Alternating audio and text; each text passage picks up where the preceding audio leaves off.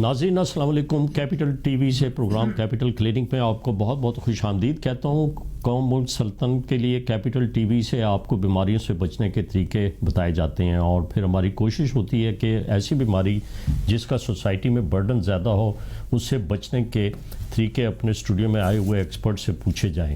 پھر ہم مہلک امراض کے ابتدائی سگنل بھی آپ کو بتا دیتے ہیں تاکہ آپ تھوڑا سا بھی شک ہو تو کسی قریبی مستند ڈاکٹر کے پاس یا کسی قریبی اسپتال میں جا کے اس بیماری کی تشخیص کرائیں۔ ناظرین، بیماری کوئی بھی ہو، اگر آپ اس کے شروع میں ہی اس بیماری کی تشخیص کرا لیں گے اور اس کا علاج کرائیں گے تو بیماری سے مکمل صحت یابی ہو سکتی ہے آپ کو، اور اس کا خرچہ بھی کم ہوگا۔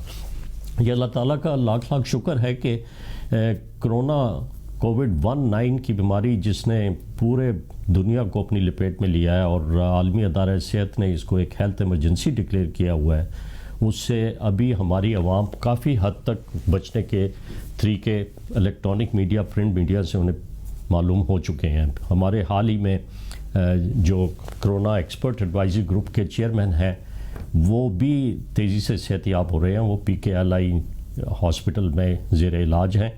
اور آج میں اس بیماری کے بارے میں 3 سیگمنٹ میں اپنے اسٹوڈیو میں آئے ہوئے مہمان سے ڈسکس کروں گا۔ میرے مہمان ایک ناہید بین الاقوامی شہرت یافتہ پلمونالوجسٹ اور فزیشین ہیں، ڈاکٹر جاوید حیات خان، اور اس وقت کرونا ایکسپرٹ ایڈوائزری گروپ کے بڑے سینئر ایگزیکٹو ممبر بھی ہیں۔ کافی عرصہ اسٹاپ ہل ہاسپٹل یونیورسٹی گلاسکو یونیورسٹی میں بھی خدمات انجام دیں اور رائل برامپٹن ہاسپٹل میں بھی پلمونالوجسٹ اور فزیشین کی خدمات انجام دیں۔ ہم چھوٹے سے وقفے کی طرف چلتے ہیں۔ وقفے کے بعد میں اپنے اسٹوڈیو میں آئے ہوئے ڈاکٹر جاوید حیات خان سے اس بیماری سے بچنے کے طریقے اور 3 مختلف سیگمنٹ میں گفتگو آپ کے لیے کروں گا اور اہم انفارمیشن لیں گے۔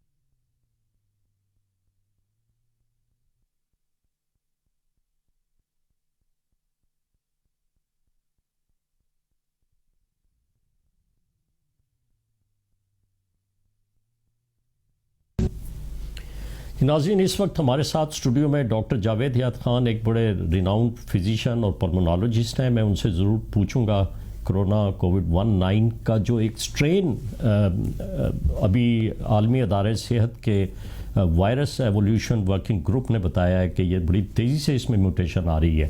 میں 3 سیگمنٹ میں جاوید صاحب آپ سے ڈسکس کروں گا۔ سب سے پہلے تو تھوڑی سی بڑی بے چینی ہے عوام میں کہ یہ وائرس جو ہے اپنا بیہیویئر چینج کر رہا ہے، کیا یہ پاسبل ہے اور اس کو کس طریقے سے ہم روک سکتے ہیں؟ جی السلام علیکم، بہت بہت شکریہ آپ نے مجھے یہاں دعوت دی، اور آپ کے جو انٹروڈکشن کا بھی بہت بہت شکریہ۔ آپ کا یہ سوال کہ عوام میں ایک بے چینی ہے، فکر ہے کہ جو وائرس اپنی ہیبٹ چینج کر رہا ہے تو اس کا کیا ایفیکٹ ہوگا۔ دیکھیں، وائرسز ہمیشہ اپنی ہیبٹ چینج کرتے ہیں اور یہ ان کے سروائیول کا مسئلہ ہوتا ہے کہ انہوں نے ہیبٹ چینج کرنی ہے. اور اکثر جو چینجز آتی ہیں جو ہیبٹ چینج کرتی ہے وہ کوئی اتنا سگنیفیکنٹ نہیں ہوتی. اس وائرس کی جو 3 اسٹرین اس وقت بہت دنیا میں مشہور ہیں. سب سے پہلی تو جو اسٹرین آئی تھی وہ برازیل کی تھی, جولائی میں آئی تھی لاسٹ ایئر, کہ اس نے اپنی ہیبٹ چینج کی ہے. پھر انگلینڈ میں جیسے آپ سب جانتے ہیں کینٹ سے یہ شروع ہوا تھا مسئلہ اور اس کے بعد یہ پھیل گیا. پھر ایک اور ساؤتھ افریقن اسٹرین بھی آئی. ایک اور اسٹرین جس کی آج کل بات ہو رہی ہے وہ نائجیرین اسٹرین ہے.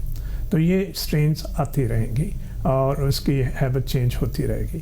مگر اس کا سگنیفیکنس کیا ہے ہمارے مریضوں کے پوائنٹ آف ویو سے, ڈاکٹرز کے پوائنٹ آف ویو سے, اور جو صحت عامہ میں کام کرتے ان لوگوں کے پوائنٹ آف ویو سے. جو برٹش اسٹرین جب آئی وہ سپٹمبر میں, جو کینٹ اسٹرین وہ سپٹمبر میں ڈسکور ہوئی, تو نومبر میں جا کے انہوں نے اناؤنس کیا. اور اس وقت انہوں نے یہ کہا کہ اس کی جو یہ پھیلنے کی ہے جو اس کی صلاحیت ہے وہ 70% زیادہ ہے جو پہلا وائرس جس کا ہم SARS-CoV-2 کہتے ہیں اس سے زیادہ ہے. اور ساتھ ہی یہ بھی کہا گیا کہ اگرچہ یہ بہت تیزی سے پھیلتا ہے مگر اس طرح سیریس نہیں ہے, یہ اسی طرح بیہیو کرے گا جو کہ پہلا وائرس جس طرح سے بیہیو کرتا تھا. اس کے بعد جو رپورٹس آئیں کہ یہ 70% زیادہ نہیں پھیلتا بلکہ یہ 50% زیادہ پھیلتا ہے, اور اس کی تھوڑی سی جو مورٹیلٹی تھی وہ بھی زیادہ ہے جو SARS-CoV-2 سے. یہ بڑی انیشیل رپورٹس ہیں, ابتدائی رپورٹس ہیں, جب تک کہیں اور سے کنفرم نہ کیا جا سکے تو اس کے بارے میں حتمی طور پہ کچھ نہیں کہا جا سکتا. پھر جو ساؤتھ افریقن اسٹرین آئی, ساؤتھ افریقن کے بارے میں کہ اس کی کوئی خاص ڈفرینس نہیں ہے, ایک پرٹیکولر اس میں تبدیلی آئی ہے اور اسی طرح بیہیو کر رہی ہے جیسے کہ پہلا وائرس بیہیو کرتا تھا. مگر برازیلین کے بارے میں ایک تھوڑا سا خدشہ ہے کہ اس کی اسٹرین کے بارے میں یہ کہا گیا کہ کچھ پیشنٹس جو ہیں نا وہ جو جن میں اینٹی باڈیز ہوتی ہیں ان سے یہ اویٹ کرتی ہے. تو ابھی تک اس کا کیا امپیکٹ ہوگا دنیا بھر میں اس کے متعلق کچھ نہیں کہا جا سکتا, مگر یہ انیشیل رپورٹس ضرور آئی ہیں کہ شاید باڈی ریزسٹنس جو ہے نا وہ اس کو طرح سے روک نہ سکے جیسے کہ SARS-CoV-2. تو یہ اسی طرح پاکستان میں آپ دیکھیں, پاکستان میں آج کل جو تیسری لہر آئی ہوئی ہے جو آپ سب جانتے ہیں, اس کے بارے میں یہی کہا جا رہا ہے کہ یہ بھی اپنا UK کا اسٹرین جو ہے جو برٹش اسٹرین ہے موسٹ لائکلی یہ وہی اسٹرین ہے جو اتنی تیزی سے پھیل رہا ہے. ابھی آپ نے نوٹ کیا ہوگا کہ اس پہلی ویو میں اور دوسری ویو میں لوگ انڈیویجولی انفیکٹ ہو رہے تھے, مگر تیسری ویو میں آ کے پورا خاندان اکٹھے ہی اس میں بیماری میں مبتلا ہو رہا ہے. لیکن یہ جو تیسری ویو اب آپ موجودہ چل رہی ہے اس میں آپ مجھ سے متفق ہوں گے کہ بہت کم ایسا ہوتا ہے کہ وہ شدت اختیار کرے اگر لوگ اپنے گھروں میں کوارنٹین کر لیں اور اس کے ابتدائی علاج جو ہے اس پر عمل کریں. کیونکہ پچھلے سال جو اوائل میں دیکھا گیا ہے کہ COVID-19 نمونیا سے جو لوگ اسپتالوں میں آتے تھے اور اسپتالوں کا رخ کرتے تھے ان میں بے شمار ادویات استعمال کی جاتی تھیں. شاید ہمارے اس وقت معالجین جو تھے ان کو اس بیماری کے اوپر اور اس کا علاج کرنے پہ پورا عبور نہیں تھا. بہت ساری ادویات ایسی تھیں جو آج کل آپ نہیں استعمال کر رہے, اور پھر بھی ہمارے جو اس سے متاثر مریض ہیں وہ تیزی سے صحت یاب ہو رہے ہیں. جی ہاں, یہ آپ نے بجا فرمایا. جب وبا شروع ہوئی تھی تو پوری دنیا میں ایک طرح کا پینک تھا, اور جو بڑے بڑے اس وبا کسی بھی وبا میں بہت سے سائنٹسٹ پیدا ہو جاتے ہیں, یہ ہمیشہ سے رہا ہے. اور وہ جو اپنی تحقیق کو فوری طور پہ شائع کرتے ہیں, اور پوری دنیا جو پریشان حال میں ہوتی ہے اس تحقیق کے پیچھے اور اس کو تحقیق کو دوبارہ کنفرم کیے بغیر ہی اس پہ عمل شروع کر دیتے ہیں. ایک پوری تاریخ ہے جس کی طرف آپ نے اشارہ کیا کہ ہم کلوروکوئن سے شروع ہوئے تھے, ازیتھرومائسین کو کمبائن کیا گیا تھا, وہ سب چلتے رہے ہیں, اور اس کے بعد بہت سے ٹوٹکے استعمال کیے گئے, ڈھیروں ٹنوں کے حساب سے وائٹامنس بھی استعمال کیے گئے پوری دنیا میں, اور چلتا رہا, مگر کسی ایک کا بھی کوئی ایویڈنس نہیں تھا. اور اس کے بعد جتنی بھی اسٹڈیز آئیں ان سب نے, بلکہ WHO نے کلیئرلی کچھ دوائیوں کے بارے میں کہا کہ اسے آپ استعمال نہ کریں, ان کا کوئی فائدہ نہیں ہے. مگر انفارچونیٹلی اس کے باوجود ہم یہاں دیکھ رہے ہیں کہ لوگ ابھی بھی وہ دوائیں دنیا میں سب سے زیادہ جو افراد اس بیماری میں مبتلا ہے وہ تھا امریکہ، اور امریکہ میں دیکھا جائے تو جس طرح جو ہیلتھ سسٹم ہے وہاں کا، وہ گزشتہ سال دسمبر میں تو بالکل پیرالائز ہو گیا تھا. تمام ان کے انٹینسیو کیئر یونٹس جو تھے ان میں بستر نہیں ملتا تھا داخلے کے لیے، اور میرا خیال وہاں پہ سب سے زیادہ ادویات استعمال کی گئیں. کچھ وہ بھی ادویات استعمال کی گئیں جو کہ ایبولا وائرس کو ٹریٹ کرنے کے لیے بنا کے کمپنیوں نے رکھی ہوئی تھی، وہ سٹاک پڑا ہوا تھا اور اس کو استعمال کیا گیا. میں ایک چھوٹے سے وقفے کی طرف چلتا ہوں، وقفے کے بعد آپ سے پوچھوں گا کہ کیا یہ ویریئنٹ یا نئی ورائٹی جو ہے اس وائرس کی، اس میں بچنے کے تمام وہی طریقے ہوں گے جو کہ ہم اب تک اپنی عوام کو بتا رہے ہیں. ہمارے ساتھ رہیے.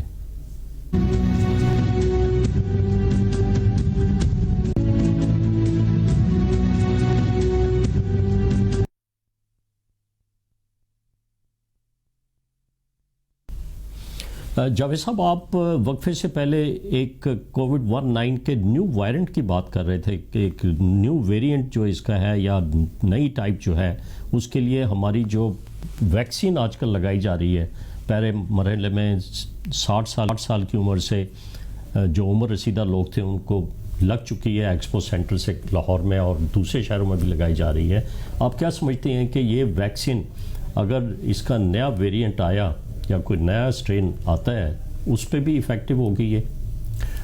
جی ہاں، یہ بہت ایک اہم سوال ہے. ابھی تک جو اطلاعات ہیں کہ یہ سارے ویکسین جو ہیں نا، وہ جو ویریئنٹس ہیں ان کے بھی ایفیکٹو ہیں. ہمارے ہاں جو آج کا سائنوفارم جو ویکسین لگائی جا رہی ہے، جو چائنیز ویکسین ہے، یہ ایک ڈیڈ وائرس ہے. اس کو کل کر کے پورے وائرس کو کل کر کے اس کو دوبارہ انہوں نے بنایا، جونیٹ کیا انہیں. تو یہ ایک اسپائک کے خلاف نہیں ہے، یہ پورا وائرس ہے. تو اگر چینجز جو آئی ہیں وہ اسپائک کے اندر آئی ہیں، تو جتنے ویکسین ہیں جو اسپائک کے اگینسٹ بھی ہیں وہ بھی ابھی تک افیکٹو ہوں گے. یہ جو ابھی کرنٹ اسٹرینس ہیں ان کے خلاف سارے افیکٹو ہیں. کس حد تک افیکٹو ہیں اس کے بارے میں آپ بحث کر سکتے ہیں. جیسے ابھی اطلاعات آنی شروع ہو گئی ہیں کہ کچھ لوگ جن میں چائنیز سائنوفارم ویکسین لگایا گیا ہے، 2 ڈوزز کے بعد بھی ان میں وہ اینٹی باڈیز نہیں بن پائیں، تو ان کو شاید تیسرے کی بھی ضرورت پڑے، مگر ایک بڑی بہت ہی محدود تعداد میں یہ لوگ ہیں. تو ان جنرل یہ ابھی جتنے بھی ویکسین ہیں اور اس وقت جتنی بھی اسٹرینس ہیں ان کے خلاف یہ افیکٹو ہے. لیکن یہ بھی سائنٹسٹ بتا رہے ہیں جاوید صاحب کہ اگر نیا ویریئنٹ اس کا آتا بھی ہے تو ویکسین میں بہت ہی جلدی سائنٹسٹ جو ہیں وہ چینجز پیدا کر کے ایک نئی ویکسین اس ویریئنٹ کے خلاف لے آئیں گے مارکیٹ میں. جی ہاں، مجھے فرمایا ٹیکنالوجی ان کے پاس موجود ہے. کوئی بھی ویکسین کے کوئی بھی چینجز جو آئیں گے جنوں میں، وہ فوری طور پہ ان کا ویکسین بنا سکیں گے. آپ اس وقت حکومت پنجاب کے تعاون سے ایک گائیڈ لائن بنا رہے ہیں. یہ گائیڈ لائن جو کہ کرنٹ سیناریو اور تجربے پہ بیس کرتی ہے اور آپ کی ریسرچ پہ بیس کرتی ہے. میں اس میں اپریشیٹ کروں گا کہ وہ تھوڑی سی ایک گائیڈ لائن عوام کو بتا دیں، کیونکہ بہت ساری لوگ جو ہیں وہ پریشرائز کرتے ہیں جو معالجین ہیں ان کو کہ بھئی آپ نے یہ ادویات کیوں نہیں استعمال کی، ہمارے مریض کے لیے یہ دوا کیوں نہیں استعمال کی. اس سے علاج بجائے ٹھیک ہونے کے خراب ہوتا گیا ہے، اور یہ دیکھا گیا ہے کہ ماضی میں بہت سارے ہماری قیمتی جانیں صرف اس لیے ضائع گئی ہیں کہ بے شمار ادویات ان کو لگاتے گئے. آپ اس گائیڈ لائن میں کیا سر فہرست کیا چیز رکھیں گے؟ جی، آپ کا ایک بہت ہی اہم سوال ہے کہ ابھی تک جو پنجاب گورنمنٹ کی طرف سے گائیڈ لائنس بنی تھی وہ بالکل ایویڈنس بیسڈ تھیں، جو پوری دنیا میں جہاں سے ایویڈنس ملتا تھا اس کی بنا پہ وہ بنائی گئی تھی. وہ کوئی جو اوپینین کسی ایک شخص کی وہ اوپینین نہیں تھی. اور اس میں ہم نے بڑے کلیئرلی بتایا کہ جو مائلڈ ڈیزیز ہوتی ہے اس کے لیے کچھ بھی آپ کو علاج کرنے کی ضرورت نہیں ہے. میں دوبارہ ریپیٹ کرتا ہوں کہ جو مائلڈ ڈیزیز ہے، جو ایک فلو ہے، جو عام جس طرح سے فلو ہوتا ہے، اس کے لیے آپ کو کوئی بھی خاص علاج کرنے کی ضرورت نہیں. اور اس کا دورانیہ کتنی دیر تک رہتا ہے جب وائرس پھیپھڑوں میں چلا گیا؟ یہ مائلڈ ڈیزیز یوزلی پہلا ہفتہ جو ہوتا ہے اس میں آپ کو مائلڈ سمٹمز ہی ہوتے ہیں. بخار ہوا، کھانسی ہوئی، کچھ تھوڑی سی دردیں ہو گئیں، پورے جسم میں دردیں شروع ہو گئیں، گلا خراب ہو گیا، کسی لوگوں کو ڈائریا ہو گیا. یہ سمٹمز ہیں، اس میں کسی قسم کے اسپیسیفک علاج کی ضرورت نہیں ہے. ہاں، ایک ضرور ہے، کسی حد تک بہت سے اسمال نمبرز میں جو اینٹی وائرل دوا دی جاتی ہے وہ کہتے ہیں کہا جاتا ہے کہ شاید وہ افیکٹو ہو، مگر کہاں تک کہ اس کی جو ڈیوریشن آف سمٹمز آپ کے کم کرتی ہے. مگر یاد رکھیے کہ 80% لوگ جو ہیں جن کو یہ وائرس ہوتا ہے وہ ویسے ہی ریکور کر جاتے ہیں. تو یہ بڑا مشکل ہوگا کہنا کہ وہ اس کی وجہ سے ریکور کر رہے ہیں. وہ ایک نیچرل ڈسکورس جو ڈیزیز کا ہے وہ اس میں کریں. گائیڈ لائنس کی بات کریں، جو ہمارا ایکسپیرینس تھا، جو پیشنٹ سیریس ہو جاتے ہیں، بہت زیادہ آئی سی یو میں چلے جاتے ہیں، جن کی آکسیجن لیول بہت زیادہ ڈراپ ہو جاتا ہے، وہاں پہ اس تجربے کی بنا پر جو دنیا میں موجود ہے کہ ہم نے وہ اسٹیرائڈس کا بڑی ایک ہم نے ریکمینڈ کیے تھے. اس کے ساتھ ساتھ اگر اسٹیرائڈس کام نہیں کرتے کچھ دنوں تک تو ایک جو اسپیشل دوائی تھی ٹوسیلیزومیب، جسے الٹیمرا کے نام سے بھی کہا جاتا ہے، اس کی لگانے کی ہم نے ایک ریکمنڈیشن دی تھی. اور اب جو اپ ڈیٹ کی جا رہی گائیڈ لائنس اس میں اسپیسیفکلی کہ کہاں پہ یہ یوز کی جائے گی اس کے متعلق بھی کچھ ریکمنڈیشنز آ جائیں گی. میرا خیال یہ بہت ہی انتہائی شدت کی بیماری ہو جائے تو شاید اس وقت، میں سرجن ہوں، میں پلمونالوجسٹ نہیں ہوں، آپ زیادہ بہتر سمجھتے ہیں کہ ایکٹیمبرا جو ہے ایک ایسی دوا ہے جو ایک تو مہنگی بھی ہے، لیکن اس کو بڑے سوچ سمجھ کے استعمال کرنا چاہیے. یہ آپ اپنی گائیڈ لائن میں ضرور اس قسم کی انسٹرکشن لکھیں گے. جی بالکل، یہ ایک 2 ایج سورڈ کہہ سکتے ہیں آپ. جہاں اس کا بہت سا فائدہ ہے، جو ایک اسٹرانگ بنتا ہے جب وائرس جسم میں داخل ہو کے ایک جو تبدیلی لاتا ہے جسم کے اندر، ایک طرح سے آپ کی جو باڈی ہے اس وائرس کو فائٹ کرتی ہے، تو وہ ایک بناتی ہے جو انفلیمیٹری رسپانس جسے کہتے ہیں، وہ کبھی کبھار وہ آؤٹ آف کنٹرول وہ زیادہ بڑھ جاتی ہے، جو اپنے آپ کو ہی ڈیمیج کرنا شروع کر دیتی ہے. یہ جو دوا ہے الٹیمرا، یہ اس کو روکتا ہے، اس کو سپریس کرتا ہے، مگر اس کے ساتھ ہی آپ کی قوت مدافعت بھی کم ہو جاتی ہے. اور ہم نے یہ دیکھا تھا بہت سی جگہوں پہ جو ہم نے کیسز کو ریویو کیا کہ جب آپ اسٹیرائڈس دیتے ہیں تو اس میں آپ کی مدافعت کم ہو جاتی ہے. جب اس کے ساتھ کمبائن کریں گے اس دوا کو، جس کے 2 میکسیمم انجیکشن ریکمینڈڈ ہیں، تو اس سے اور کم ہو جائے. دیکھا یہ گیا کہ لوگ 2 3 4 تک انجیکشن دیے، اس کے قوت مدافعت انتہائی کم ہو گئی اور اس سے سپر انفیکشن شروع ہو گئی. بہت سارے جراثیم جو ہیں انہوں نے وہ حملہ آور ہو گئے جسم پر، اور اس سے جو شدت کا مریض تھا وہ اور شدت اختیار کر کے وینٹیلیٹر پہ چلا جاتا ہے. یہ بالکل صحیح فرما رہے ہیں. 14,000 کے قریب ڈیتھس ہو چکی ہیں اب تک ہمارے ملک میں. اور یہ جو تیسری ویو آئی ہے جاوید صاحب اس وائرس کی، یہ نیا ویریئنٹ ہے یا وہی کووڈ-19 ہے، لیکن کیا سمجھتے ہیں کہ یہ اس شدت کی طرف مریضوں کو لے کے جائے گا؟ اور آپ کیا ریکمنڈیشن کرتے ہیں؟ حال ہی میں آپ کی میٹنگ بھی ہوئی ہے حکومت پنجاب کے جو وزیر صحت ہیں ان کے ساتھ، کہ لوگ جو ہیں ابھی بھی اسی قسم کے ٹیبوز میں پھنسے ہوئے ہیں کہ جی ویکسین ٹھیک نہیں ہے، ویکسین نہیں لگوانی چاہیے، اور لوگوں کو روک نہیں رہے. اجتماعات میں جاتے ہیں، شادیوں میں جاتے ہیں، پریس کانفرنسز ہو رہی ہیں ہمارے سیاستدانوں کی، اس میں قریب سے قریب تر ہو کے بغیر ماسک استعمال کیے ہوئے شامل ہوتے ہیں. تو اگر دیکھا جائے تو سوشل ڈسٹینسنگ، ایک کھلی اور ہوادار کمرہ، اور ہاتھوں کو بار بار صابن سے دھونا اور سینیٹائزر کا استعمال کرنا اور ماسک کا باقاعدگی سے استعمال کرنا، یہ کہ ایسے عوامل ہیں جن سے کہ یہ بیماری قریب بھی نہیں آ سکتی. تو آپ کیا ریکمنڈیشن دیں گے؟ لیکن پچھلے 1 سال سے پورا میڈیا اور مجھے جو میڈیکل پروفیشن ہے وہ ایک ہی بات پہ زور دے رہے ہیں کہ جسے اس سے بچنا ہے آپ نے، اور بچنے کا وہی طریقہ ہے جو آپ نے بتا دیا ہے کہ آپ ڈسٹینس رکھیں، آپ فیس ماسک پہنیں، آپ ہاتھ دھوئیں، اور جہاں اجتماع ہوتے ہیں وہاں ان سے آپ بچیں، اور وینٹیلیٹری کمروں میں آپ رہیں جہاں ہوادار ہو. مگر دیکھنے میں کیا آیا، اس کا کوئی خاص اثر نہیں ہوا. ابھی آپ دیکھ رہے ہیں کہ بہت سی جگہوں پہ لاک ڈاؤن چل رہا ہے. ہمارا جو انفیکٹیوٹی ریٹ ہے وہ بہت بڑھ چکا ہے اس وقت. اس پہ جو انفیکٹیوٹی ریٹ جو ہوتا ہے، جب 1 پہ ہو تو ایک بندہ ایک کو انفیکٹ کرتا ہے. وہ 12 مارچ کے قریب وہ ایک بندہ تھا 1.38 پہ چلا گیا تھا، ابھی بھی 1.2 پہ ہے. تو ابھی تک اس کے پھیلنے کا اندیشہ ہے. ہم اس بات کا شروع سے ہی یہ کہا جا رہا ہے کہ اس سے احتیاط برتیں. ابھی ہماری ویکسینیشن اس سٹیج پہ نہیں پہنچی جہاں یہ کہا جا سکے کہ آپ کے پورے معاشرہ جو ہے نا وہ اس پہ پروٹیکٹ ہوگا. ہمارا 0.16 ہے ان 1000 پیشنٹ, بہت ہی کم لوگوں کو ویکسین لگا. جو بھی اس کے عوامل ہیں اس پہ بحث مقصود نہیں ہے, مگر ایک ہی طریقہ ہے کہ اس سے بچیں, اور اس بچنے کا طریقہ ہر وقت آپ کو بتایا جاتا ہے, اس پہ احتیاط برتیں. یہ جو نیا ویریئنٹ ہے اس کا جاوید صاحب, اس میں اگر ہم دیکھیں وائرس جب ہوا کے ذریعے پھیپھڑوں میں گیا تو کھانسی شروع ہو جاتی ہے, گلے میں درد بھی ہوتا ہے, اور پھر سانس لینے میں دشواری تو نہیں ہوتی, نہ آکسیجن سیچوریشن کم ہوتی ہے. اور اگر 6-7 دن تک ہوم کوارنٹین میں کسی کو کچھ بھی نہیں ہوتا تو کیا سمجھتے ہیں کہ وہ مکمل صحت یابی ہو جائے گی اس کو؟ جی ہاں بالکل. جو وائرس ہے اس کے ایک کورس سے گزرے گا.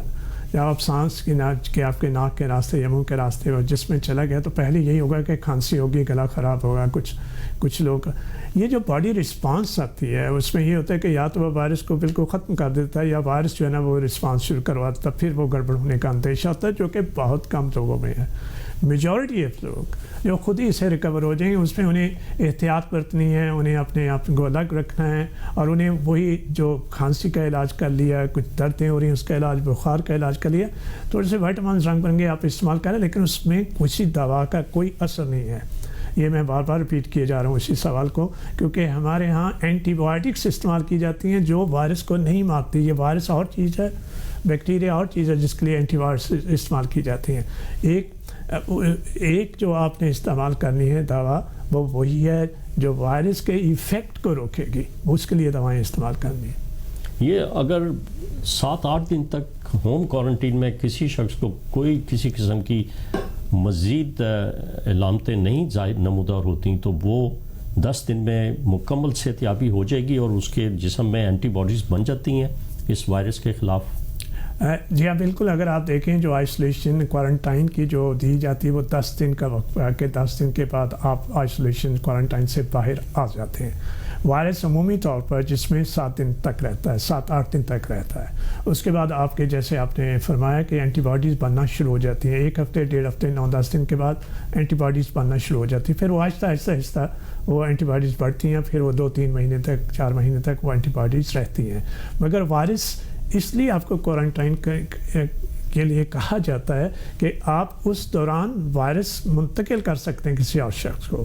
اس کا ایک ہی مقصد ہے آپ کو کوارنٹائن کرنے کا, آئسولیشن کا, کہ وائرس کسی اور شخص کو نہ لگے. یہ علاج کا حصہ نہیں ہے, یہ صرف ٹرانسمیشن کو روکنے کے لیے اس کا حصہ ہے.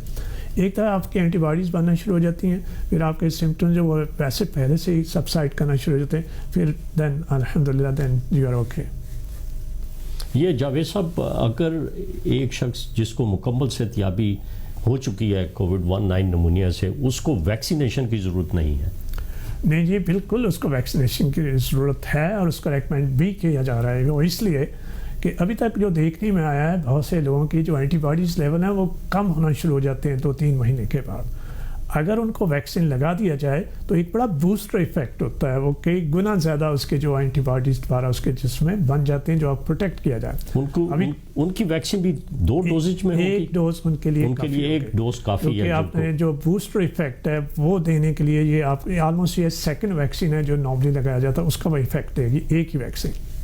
لیکن ہماری سوسائٹی کے کچھ افراد جو کہ عارض دمے میں ہیں, یا جن کو ذیابطیس کا مرض ہے, یا جن کو دل کا مرض ہے, وہ ایسے شخص ہیں جن کو تو بہت احتیاط کرنی چاہیے, اور ان کو اگر تھوڑی سی بھی کھانسی یا زکام یا سانس لینے میں دشواری ہو تو وہ ضرور کسی معالج کے پاس جا کے اپنی تشخیص کروائیں.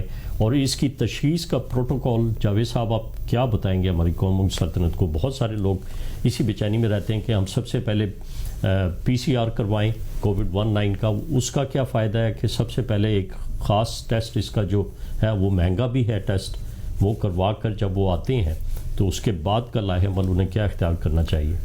لیکن اس میں آپ کے پاس 2 آپشن ہیں. اگر آپ کو معلوم ہے کہ آپ کے کسی کے ساتھ کانٹیکٹ ہوا, اسے کووڈ تھا اور آپ کو سمپٹمس آنے شروع ہیں, تو ویری لائکلی آپ کو کووڈ ہے, تو آپ اپنے آپ کو آئسولیٹ کر لیں, کوارنٹائن کر لیں. یہ بھی یاد رہے کہ جو PCR ہے جو کہ ایک گولڈ سٹینڈرڈ کہا جاتا ہے ایک ٹیسٹ کا, وہ